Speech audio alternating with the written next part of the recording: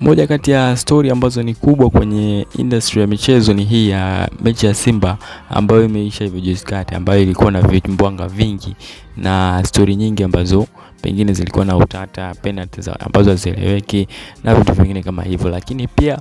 story nyingine ni kuhusiana na CAS ambayo imeshatoa maamuzi kwenye kesi ya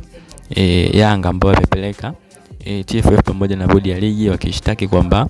wanatakiwa kufanya maamuzi sahihi kulingana na issue ya dabi ambayo ilipangwa kufanyika miezi kadhaa iliyopita, lakini haikufanyika kutokana na Simba kugomea hiyo mechi kutokana na kuzuiwa kufanya mazoezi. So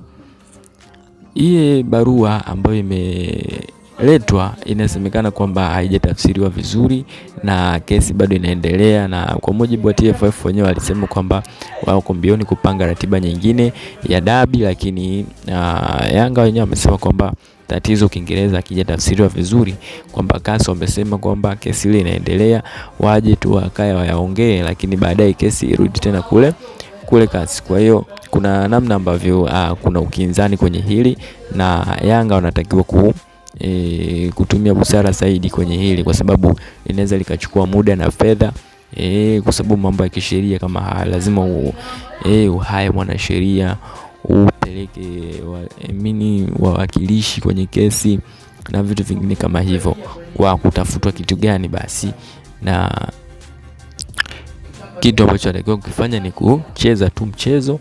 maisha mengine yaendelee. Lakini Simba pia watashuka dimbani siku ya tarehe 5 ambayo ni siku ya Jumatatu kwa kabili JKT Tanzania katika uwanja wa Meja Jenerali Samuyo, na wanatakiwa pia kushinda hiyo mechi ili kuweza kujiweka nafasi nzuri ya kucheza ya kupata ubingwa ambao pengine kila timu ambazo zilizoko top 2 zinaohitaji. Kwa hiyo una maoni gani?